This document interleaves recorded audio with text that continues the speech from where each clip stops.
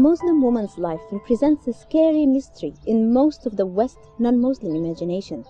A gloomy patriarchal system seems to be controlling over her life. But this image has a long history.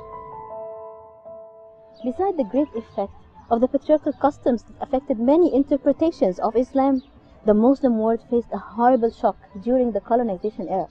Women were not safe. They were raped in the streets by the soldiers. And that led the society to work more on protecting women. It was even hard to think of sending grown-up girls to schools. Each man played his role of protection for women in his family. And for women, that was exactly what they needed at that time. Eventually, the idea became as a part of the culture. For example, a good man with a protected family was a man with a completely secluded females of his family. Yes, ignorance became like a fact, and only the needy women would keep on working to bring money. In time, ignorance turned those women who liked being protected from the cruel soldiers and the unsecured streets into ignorant creatures who knew nothing about the rights guaranteed to them by their own religion. In time, the whole way of life turned to be part of the culture, and the original reasons were forgotten. Everything was always kept in the tough sacred shell of religion, just to protect it. Still, there were cases of educated women, daughters and wives, those who were brought up by educated men who knew their obligations toward their women folk. Those men were like scholars or highly educated men. And still, there was a respectful number of women who memorized Quran very well.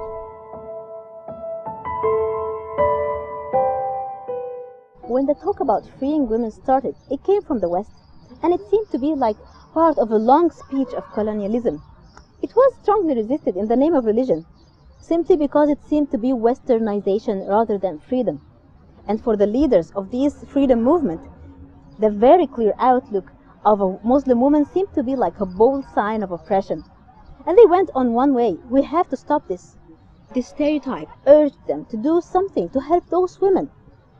And after ages of trying, the fact came to tell them that those women who refused to replace the religion by any other ideology still refuse any exported or inherited ideas to free them. Facts are telling the world that the Muslim woman suffers from those who does not respect her beliefs, like those who twist the meaning of Islam to put her in an inferior state. It seems clear that all what they need is living within true Islamic rules. But surprisingly, no one cared to know what are those rules. What are the beliefs and regulations those women are demanding? They went on one way: Islam is oppressing women, and the only way out is to omit it. And they forgot even to find answers for the multiple questions rounding around the Muslim woman's life. Actually, to answer any of these questions, you need to explore a huge background of a Muslim thinking. And that is why we will consider it our mission for the coming 50 minutes. We will explore the huge background and mindset of any Muslim, either a man or a woman. You might be surprised if you knew that among each 5 people, you might meet one Muslim.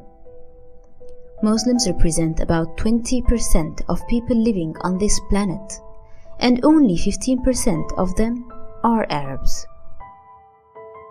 So the majority are not Arabs. I think those numbers might represent very good reason to encourage anyone to know something about what do Muslims believe in. And the whole thing can simply be summarized if we highlighted the meaning of Islam, the 6 beliefs that every Muslim has to believe in, and the 5 deeds that every Muslim has to apply.